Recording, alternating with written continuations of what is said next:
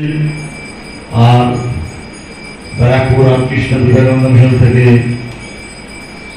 স্বামী নিত্যরূপানন্দজি এসছেন, বেদান্ত মঠ থেকে এসছেন, আমাদের জয়রামবাটি থেকে শিবরূপানন্দজি এসছেন, বিশুদ্ধানন্দজি, বলদেবানন্দজি, প্রাতিষ্ঠানিক সাধু আনন্দজি।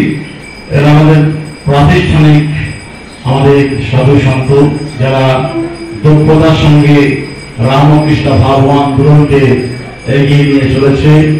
ব্যারাকপুর তার অন্যতম একটা নিদর্শন। নিত্য আমাদের পূজনীয় কৃষ্ণ মহারাজ নিত্যানন্দজি চলে যাওয়ার পরে শিবঙ্কর মহারাজ সেই আশ্রমকে সব দিক দিয়ে পুষ্ট করে চলেছে। এটা আমাদের কাছে একটা বড় আনন্দের।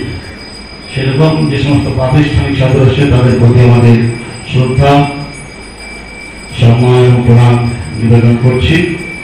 আমি পূজনীয় সুধাকরানন্দজি মহারাজ অল্প কথায় একটু বলবেন। মহারাজের প্রতি, মহারাজের প্রায় সমবয়স্ক ছিলেন, সঙ্গে একই সঙ্গে তারা থেকেছেন পূজনীয় সুধাকরানন্দজি মহারাজ। তারপরে আমাদের স্বামী সুদর্শনানন্দজি, উনি মহারাজের খুব সেবা করলেন। শেষে মহারাজ যখন আরামবাজার মঠে শয্যাশায়ী ঠিক বলবো না, মহারাজ বসে বসে দেহত্যাগ করেছেন। এটা বড় একটা দর্শনীয় ব্যাপার। এবং 3 দিন আগে থেকে বলছেন let me die in peace। আমাকে ডেকে কানে কানে বলছেন, একদম এত সুন্দর তার মানে কনসাসনেস, প্রতিটা মুহূর্তে কথামৃত পাঠ হচ্ছে এবং কথামৃতের একদম পোকা ছিলেন। প্রতিটি পাতা আমার কথামৃত অধিগত, একটু ভুল হলেই বলে দিতেন এবং অনেক কথামৃত পাঠ করতেন, তার আগে আগে বলতেন। তার কথামৃত সম্বন্ধে আমার এত মানে দক্ষতা যে একটু এপাশ ওপাশ খবর পাইনি। কথামৃত পাঠকে একটু ভুল হচ্ছে, অক্সিজেন চলছে, উনি সঙ্গে সঙ্গে চোখ চেয়ে বলছেন ওই জায়গাটা ভুল বলছো তুমি। তো এই যে একটা কনসাসনেসের মধ্যে, এবং তিনি 1.5 ঘন্টা বসে আছেন, তাকে খাওয়ানো হচ্ছে। তারপরে একটু পরেই আমাদের দেবু মহারাজ বলছেন মাকে খাচ্ছে এবং মহারাজ আর নড়ছে না। বুঝলেন, তাদের দেখুন তো খেতে খেতে নড়ছে না। তো আমি তো কেস বলবাম, আমার সঙ্গে সঙ্গে ডাক্তারকে ডাকা হলো। ডাক্তার বলছে মহারাজ এক্সপায়ার হয়ে গেছে। তারপরে আমরা শোয়ালাম। তো মহারাজের দীর্ঘ সান্নিধ্য পাওয়া আমার কাছে এবং যারা করেছেন, একজন প্রকৃষ্ট সাধু যাকে বলে। মহারাজ খুব মাঝে মাঝে রূঢ়ভাষী হতেন, কিন্তু অন্তরটা ছিল অত্যন্ত নির্মল। মায়েদেরকেও একদম সামনাসামনি বকা দিতে ছাড়তেন না। আর মহারাজকে আমিও অনেক শাসন করতাম। মহারাজ তো আমাকেই শাসন করেননি, আর অনেকেই শাসন করেছেন। এটা মহারাজের একদম মজ্জাগত ছিল। মায়েদের প্রতি তার বেশ কিছু নির্দেশ ছিল, ঘুমটা না দিলে মায়েদেরকে তিনি বলাবলি করতেন। এই অনুশাসন ছিল যে আমরা যদি না, আমি বলতাম কি দরকার, এতদিন ধরে মাথাতে ঘুমটা দিতে বলছেন, কিন্তু ঘুমটা তো মায়েরা দিচ্ছে না, কি হলো বলাবলি করে। তাও বলতে চান আমাকে মৃত্যুর দিন পর্যন্ত বলে যাব। তো মায়েদের প্রতি নির্দেশ। মহারাজ সমাজটাকে, সাধুরা আছেন সমাজটাকে তো গড়তে, ভাঙতে নয়। আমাদের হিন্দু সংস্কৃতি সম্বন্ধে তার যথেষ্ট দখল ছিল, অনেক কথা বলেছেন। বেলুড় মঠের কত মানে অজানা কথা তিনি বলেছেন। আমার কাছে কিছু অপরের কাছে বলতে গেলে বলতে মহারাজের কাছে, মধু মহারাজের কাছে এই কথাটা একটু হয়ে গেছে, আমার কাছে শুনে নিয়েছেন। তো মহারাজ এ নিয়ে অনেক ছোট ছোট বই লিখেছেন, কপল কথা বলে অনেক গল্প লিখেছেন, অত্যন্ত মজার মজার গল্প লিখেছেন। আমাদের মধ্যে সরদেশ্বরী আশ্রমে মাতাজিরা এসেছেন, পূজনীয় মাতাজিদের প্রণাম জানাই।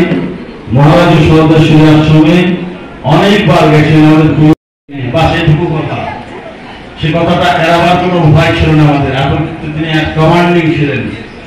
সেই সরদেশ্বরী আশ্রম অর্থাৎ পরম পূজনীয় গৌরী মাতা প্রতিষ্ঠিত এবং শ্রী শ্রী মায়ের সমস্ত প্রতিষ্ঠিত এই গৌরী আমাদের স্মৃতিগুলো জাগবে।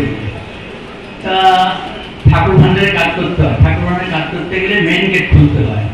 সেই দিন কি জানি না, আমার হাতে পায়ে কোনো কারণে পড়ে গেছিল বলে দেখা হচ্ছে, প্রকাশও করতে পারছি না। ভোরবেলা একা, তখনকার দিনে একটা কর্মচারী সব সামলাবে।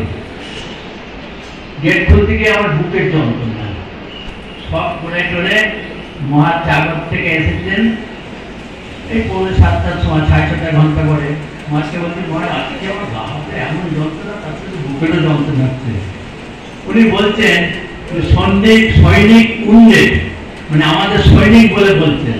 যাই হোক, কথাটা আমার খুব মিষ্টি লেগেছে বলে শোনালাম। আমরা যে সৈনিক, স্বামীজির সৈনিক। যাই হোক, তা আমাদের কর্তব্য আছে, আমরা সব কিছুকে রক্ষা করবো, সব কিছুকে জাগিয়ে তুলবো, সেই জন্য আমরা সৈনিক। যাই হোক, ঠাকুরের কথা বলি। শ্রীরামকৃষ্ণের একটা মাতৃভাব ছিল, ভগবানের মাতৃভাব। সেও এক অদ্ভুত ব্যাপার, অভিনব ব্যাপার। এটি হৃদয়ে উপচে পড়া অনিচ্ছিক স্বগত ভাব। ঠাকুর বলেছেন, এর নিজের ভিতর মা স্বয়ং ভক্ত লয়ে লীলা করছেন। মা লালন করেন, পোষণ করেন, পোষণ করেন। তাই ঠাকুর গিরিশ ঘোষ, নটি বিনোদিনী, রসিক কে নিশ্চয় ভালোবাসা দিয়ে মুক্ত করেছিলেন, কেউ বঞ্চিত হয়নি। কি ভালোবাসা! কলিতে মানুষের ধ্যান জপ নেই, ঠাকুরের মাঠ ভাঙা প্রেম পাত্র নির্বিশেষে সবার জন্য। এ কথা কেউ কোনোদিন শুনেছেন? একদিকে সবকিছু দিয়ে দেওয়ার জন্য মাতৃ আপত্তি, অপরদিকে ধর্ম স্থাপনে ভারসাম্য রক্ষার পিতৃদায়িত্ব। পিতৃদায়িত্ব। তাই জন্য আমরা বলতে পারি, আমি তো তোমাকে চাইনি গো প্রভু, তুমি অভাগারে চেয়েছ।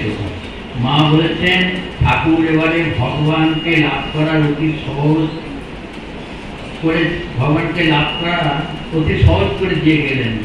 পূজনীয় ব্রহ্মানন্দ স্বামী বলেছেন, ঠাকুর এবার মানুষ ও ভগবানের মধ্যে একটা সেতু বন্ধন করে দিয়ে গেছেন। এটি তো ঠাকুরের আবির্ভাবের একটা অসাধারণ অপূর্ব তাৎপর্য, কীর্তি। যাই হোক, আমি ঠাকুরের কথা কেন বললাম? ঠাকুরকে নিয়ে আমাদের সব, মাকে নিয়ে আমাদের সব। আর আমার পূর্বে একটু ত্রুটি হয়ে গেছে, আমি বক্তা নই, কিন্তু মন বলছে আমি ভীষণ ত্রুটি করেছি। সেটা হচ্ছে, বলার আগে আমার মধু মহারাজ, যিনি সকলের কাছে নিতাই বলে পরিচিত, উনাকে আমার প্রথমিক, আমার সতর্ক যত রকম হৃদয় আন্তরিক ভালোবাসা জানানো হয়, আমি আন্তরিকভাবে জানাচ্ছি, আপনারা যাই বলবেন। আর তার সাথে এখানকার যিনি প্রেসিডেন্ট মহারাজ, তিনি খুব শান্ত, সৌম্য, চুপচাপ করে থাকেন, দেখে বোঝা যাবে না। বরঞ্চ মধু মহারাজ একটা কর্ম জগতের একটা প্রকাশ, আলোর প্রকাশ, কিন্তু উনি সব পঞ্জীভূত করে চুপচাপ থাকেন। উনাকে আমার 100 কোটি নমস্কার জানাচ্ছি। তার সাথে যারা উপস্থিত আমার গুরু মাতারা রয়েছেন, আমার সন্ন্যাসী দাদা ভাইরা পূজনীয় সব রয়েছেন, নমনীয় রয়েছেন, তাদের এবং উপস্থিত শ্রীরামচন্দ্র ভক্ত পরিবারকেও আমার আন্তরিক শুভেচ্ছা জানিয়ে আমার দুর্বলতার জন্য আমি কৃতজ্ঞতা জানিয়ে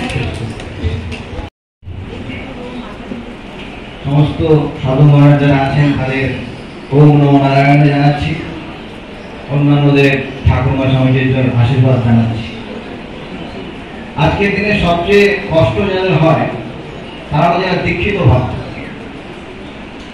একটা প্রশ্ন তাদের মধ্যে জাগে, যিনি দীক্ষা দিয়েছেন তিনি আছেন কি নেই, তার কৃপাকে আমরা পেতে থাকবো কি পাবো না। তাদের উদ্দেশ্যে বলি, প্রথমদের একটা কথা মনে পড়ছে, ঠাকুর একদিন হলধারীকে বলছেন, চলো আমরা একটা সাধু দর্শনে যাব। হলধারী তিনি জ্ঞান চর্চা করতেন, তিনি বলেন সাধু হতো রক্ত মাংস লোকে দেখে কি হবে। তখন কৃষ্ণ কিশোর বলে একজন ছিলেন, তিনি বললেন না, যিনি ঈশ্বরের নাম করেন তার দেহ চিন্ময়, সাধু কখনো মৃত্যু হয় না। এই কথাটা আমার বারবার মনে পড়ছে যে কমলেশানন্দ মহারাজ, তিনি তার পার্থিব শরীর চলে গেল, তার জ্যোতির শরীর বিরাজ করছে, এবং এটাই সাধু পরম্পরা। কারণ সাধু স্বয়ং শিব স্বরূপ, তাদের কখনো শরীর যেতে পারে, তাদের আত্মা কখনো বিনাশ হয় না। এবং সেই জন্য আমরা তাকে স্মরণ করছি। তার জীবনে যেটুকু অংশ আমি আমার চোখে পড়েছে, মানে খুব কমই থেকে দেখেছি, যে তার সরলতা এবং তিনি খুব হাসি খুশিতে থাকতেন। ঠাকুর বলেছেন যে সাধু মানে শিশুর মতো হবে, এই শিশুর ভাব তার মধ্যে ছিল, যেটা আমাদের অনুকরণীয়। আজকে তিনি অনেক মহাত্মা এসেছেন, তারা আমাকে বলবেন, আমি বক্তব্য দীর্ঘায়িত করছি না। আমি এটুকুই বলছি, তিনি সশরীরে আছেন এবং তার শিশুর মতো যে ভাব, সেটা অনুকরণ করি, আমরা যত সরল হতে পারি। ওম ভগবতে শ্রীরামকৃষ্ণায় নমঃ।